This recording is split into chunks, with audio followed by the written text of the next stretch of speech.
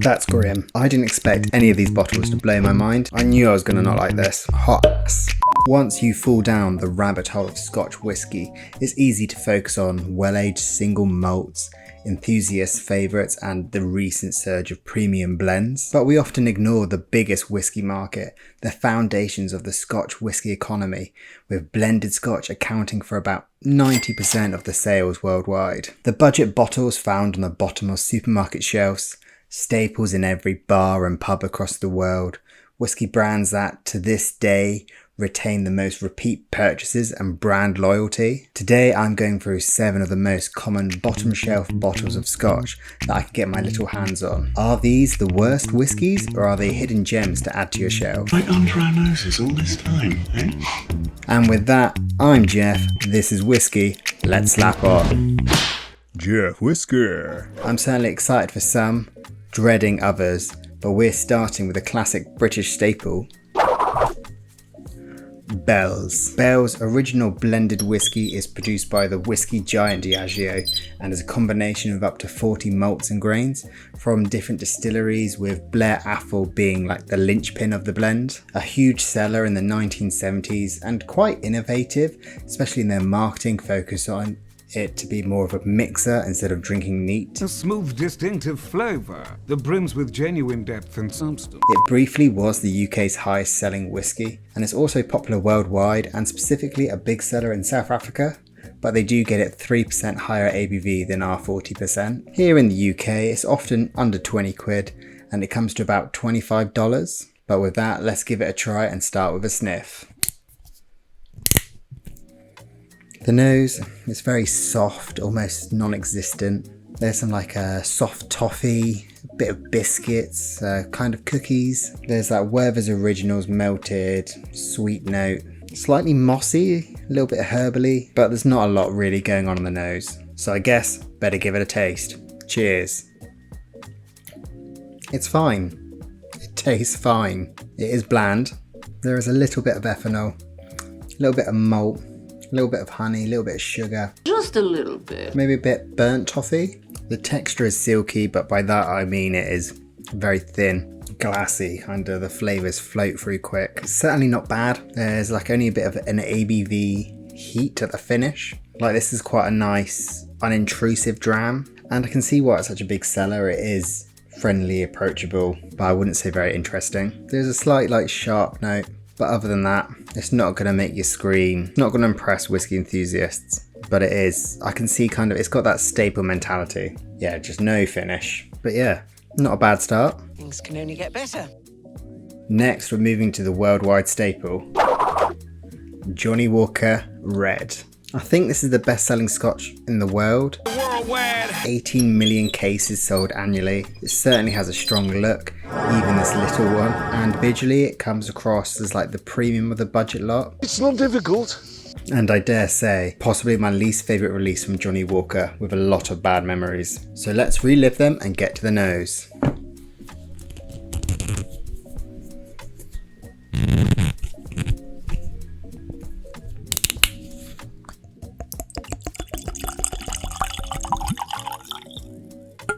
Straight off the bat, there's that like black peppery smoke that I remember. Burning peppercorn sauce. There's certainly like a nail polish note, hand sanitizer. Maybe beyond that you got a bit of like crunchy green apples, maybe a little bit of citrus, bit of orange perhaps. There is a tiny little bit of smoke, a little bit of peat. It's very faint. So much so I forgot that this was peated from the last time I tried it, and I should have saved it near the end. Oh well, let's give it a try. Cheers. Okay. Hear me out with this. Come closer. This is what I imagine rainwater and vodka and nail polish is like when it's mixed in an ashtray with cigarettes floating around in there. That good, huh? Yeah. That's grim. I knew I was going to not like this. I do this for you. Deserve to subscribe that. It does start to get better after time. It's like a bit of honey, bran flakes. But yeah, watery pepper. If you're one of the millions of people who buy it, let me know why. I'm sure I must be missing something here. Am I so out of touch? No, it's the children who are wrong. It's not boring, and maybe there's a bit more life to it than the bells previously, but I don't know if that's a good thing. Yeah, not one for me. And with that, we move on. Tactical choc whisky and water before we move on. I just hope that hasn't messed up the following drams. Moving on next to Grant's Family Reserve. I've enjoyed Grant's in the past. Not mind-blowing, but solid. In fact, I think I've got a bottle of it down here somewhere. I also use this to go into my DIY whiskey barrel, which is actually the one you can see here. And I first seasoned it with sherry and then put a big bottle of this in there. It's science. It's a William Grant & Sons release, and it is made of similar components to the well-loved Monkey Shoulder, but that's a blended malt and this has got grain in the mix. It's got the classic triangle bottle shape produced by Hans Schläger. I'm sure I butchered that name, but either way, let's get this poured and see how it goes.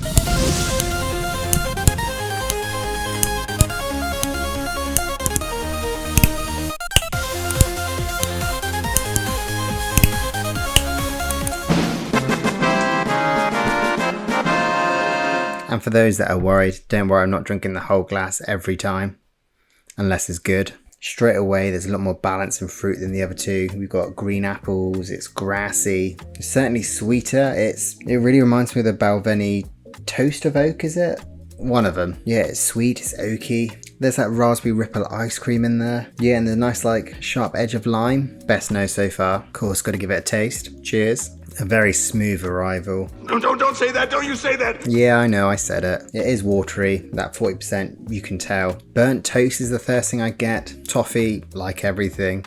Maybe a bit of double cream. I'm getting bran flake cereal again. I'm not sure if this is a passover from the red label, but I feel like I'm getting a tiny hint of smoke. Yeah, that burnt toast thing's definitely like buttery. You know when you scrape off the burnt bits of toast? It's like that. There's also like a bit of a strange banana-y thing going on. There's a mild, warming finish, which it does go quite quick. Overall, pretty solid. I didn't expect any of these bottles to blow my mind. This one doesn't, but it's still not bad. It's pretty good. Yeah, that burnt toast note is still actually hanging around. Unless Bell's palsy's coming back again. I can't wear two pairs of shades. Next, we're moving to Scotland's favourite whiskey, or by that, the top-selling Scotch in Scotland. The Famous Grouse. From Edrington Group, it has got some McLoughlin and Highland Park in the mix, as well as some grain and possibly other bits. I did think they rebranded, as I've seen the famous one pop up everywhere, and I thought they just shot the bird. But with a little bit of prior research, that's actually a different, sweeter release.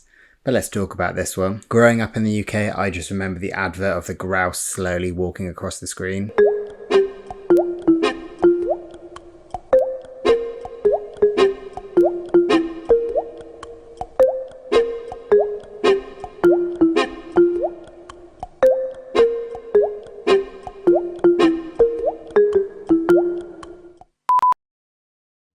There is also a smoky alternative, which we'll get to. Got to try keep you hanging around. Don't leave me. So let's get it poured. Straight on the nose. There's malt. There's sherry. There's bread. Yeah, like there is like marmalade on white bread. There is the ethanol there. It's unoffensive. It's toffee. I think I've said toffee for them all. Vanilla. If you're ever in a tasting, don't know what to say. Toffee and vanilla. Always covered. That's good advice. Again, I'm getting like a mossy thing as well, a slightly herbaceous thing. But yeah, mainly sweet caramel. Got to give it a taste. Cheers. I am surprised just how different the taste is. Stupidly, I kind of thought they would be pretty much the same in each one, but this one's definitely the most sherried, sweetest. There's honey. It's more chocolatey, more rounded. Chocolate buttons. There's like a melony thing in there. As in melon, not Melanie. I don't know her. Burnt toffee. That burntness seems to be something that's repeating through though. Slightly salted butter. And it's probably got the most heat. Not necessarily ABV ethanol heat, but you know, that's warming in your cheeks. This ain't bad at all. I really rated the Naked Grouse or Naked Malt release. And I would say, from my recollection, maybe it's just subliminal. But this is similar, but maybe not quite as good. It costs about 17 quid, or looking around, I think in the US you can pick it up just over $20. Certainly not bad at all. With that, we're halfway there. I'm living on a prayer! Next, we're jumping into the official Smoky side, starting with the suitable follow-up. The Famous Grouse Smokey Black. I just thought it was called the Smoky Grouse. Currently online here it's 15 quid and it's about $25. I could be tempted to grab one if this is as good as I hope it is. It is described as aromatic and smoky, so I would assume it leans more into that Highland Park forwardness. Though I have heard that Highland Park is now less peaty following the rebrand. But either way, let's get this poured, give it a whiff. I know these are now freshly opened, but the neck pour, that doesn't affect miniatures, does it? Okay, so the smoke is there. Pine needles, woody. Yeah, it's faint smoke. Maybe it's just because I'm thinking Highland Park, but it is that kind of bushfire smoke. I'm getting tin cherries, salted butter. Don't want to say burnt toast again. There's some like lemon sherbet sweets. Yeah, see this one, there's smoke and cherryness in there. On the taste, it's quite a good texture. It's like a bit of a lemony smoke, almost Talisker-esque. A little bit of ethanol, but less prevalent than some of the others. It's a weird one, doesn't make any sense, but I want to say diamondy? I apologise, but what you're saying makes no sense. No clue what that means. I'm getting a little bit of butter. I'm getting a little bit of pepper. A little bit of jam, like blackcurrant jam. Slightly tart, maybe. The smoke on the taste. It's very thin, very faint, very subtle, but it's kind of like... it's there, it's just overarching all the flavours, but really delicately. Yeah, going back to the nose, I'm getting black currants and like hedgerow fruits and berries and currants. Yeah, it's quite an interesting one, this. Quite a good finish on it. Slightly mentally, the pine needles are there again as well. Very mouth-watering. For what you want in a cheap, splendid scotch, it does it. I wonder what this release would be like at a higher ABV. I wonder if it would be able to like bolster those flavours even more. Yeah, surprisingly good. I'll tell you what else is surprisingly good. Today's sponsor, you bottle slappers. The people who watch my videos and especially my wonderful channel members who help fund and support and cheer this on. Cheers to you. Now, moving on to a whiskey that really did pleasantly impress me a couple years back, though it seems much harder to come by now. I think I last tried this in a bulk buy of miniatures maybe 2020 now. I wonder if it's been discontinued. It was purchased back in 2014 by Beam Suntory, so maybe they've slowed down production. Like, there is bottles online, but not in supermarkets, and if you know the reason why, do let me know down in the comments. I'm talking about...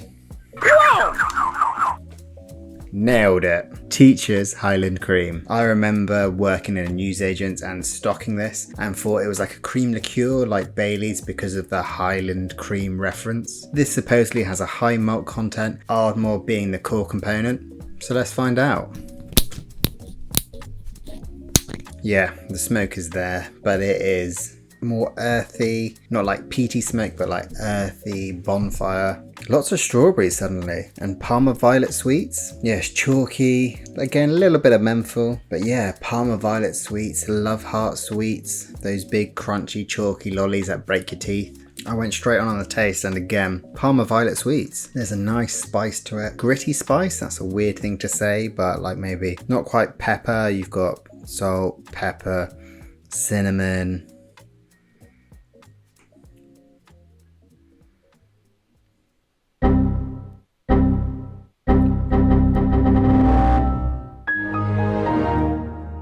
And something else that my brain just can't compute. It is thin. It has got a slightly better texture than some of the others. Not quite marmalade-y, but there is this like bursting of fruit in there. But yeah, I'm really struggling to get past Love Heart sweets. Maybe burnt Love Heart sweets on toast. I kind of looked down the sunglasses then, so I hope it wasn't too erotic. Well, I'm ashamed to say it gave me a warm, fuzzy feeling.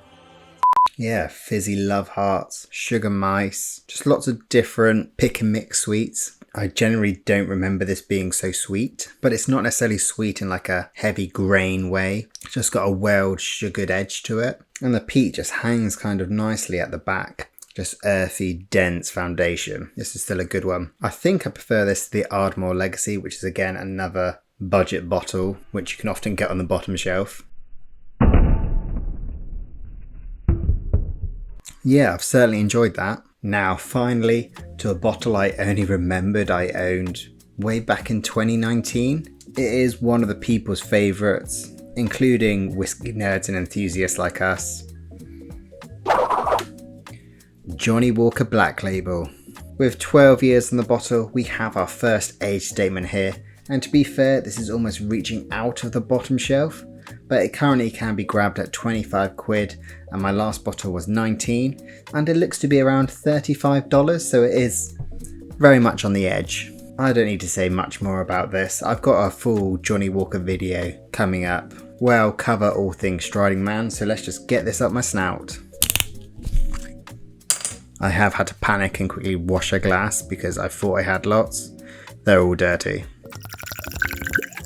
Straight away, peaty, very Talisker-y, like salty, briny, lemony peat. Maybe ashy as well. Underneath, I'm getting strawberries, blackcurrant. Yeah, it reminds me of the smell of Talisker 18, which I just describe as smoky Ribena. That's actually a really solid smell. Like, I'm much more impressed with the nose than I thought it was going to be. Maybe just because I'm 6 grams deep. Either way, let's add to it and get to the taste. Cheers. Instantly, this is thicker than the rest. I wouldn't say it's thick, I wouldn't say it's jammy or it's highly viscous or anything, but it is thicker than the rest. It's pretty much how I describe myself on Whiskey Tube. I'm not a smart man. I'm not being slapped around with flavour. The gritty, peaty, ashy pepperness, certainly there. There is some fruits, but they're more subdued than the nose would lead me on. Being catfished. The jammy Dodger biscuits, orange rind or orange pith, whatever the fancy term is for it. Not like an orange, but that bit. I'm also getting smoky peaches, which I always associate with Cleela. That's the Diageo one, isn't it? This little thing tells me nothing. I'm not going to say it again, but I do get a note of overcooked malted loaf, burnt toast. Yeah, the orange is prevalent, sharp, quite astringent, all the flavours. It is a lot better than the red. Spoilers. I don't know, it feels a little bit jumbled, a bit all over the place, bit jazzy. That's pretty good. Hey, that's pretty good. So now, to appease the YouTube gods, let's put this in a rankings order. We're going worst to best, and to the shock of no one, worst, Johnnie Walker Red. It's certainly a whiskey that I personally don't get on with. Obviously, I'm in the minority compared to the billions of bottles that fly out. Not my jam at all. Next, we're moving up into Bell's. Unoffensive, but bland. I think next we're going to move into...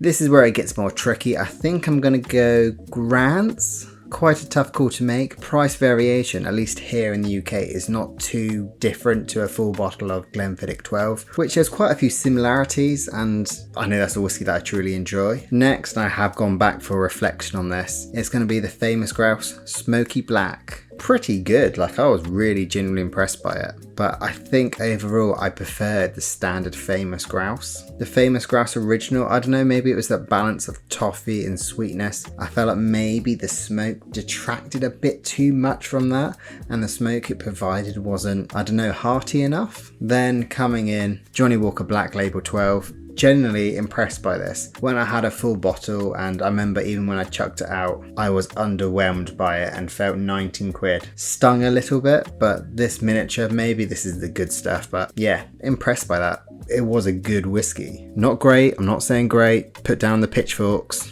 And then my number one, my best out of this range, it's gotta be Teachers. I've got quite a love for this little blend. Balances that Highland peat really well with more flavours and like a bit of strawberry excitement. There's fruit as well as smoke and they work well. The smoke doesn't overpower maybe like it does in the Famous Grouse Smoky Black. And it's got quite a nice depth to it.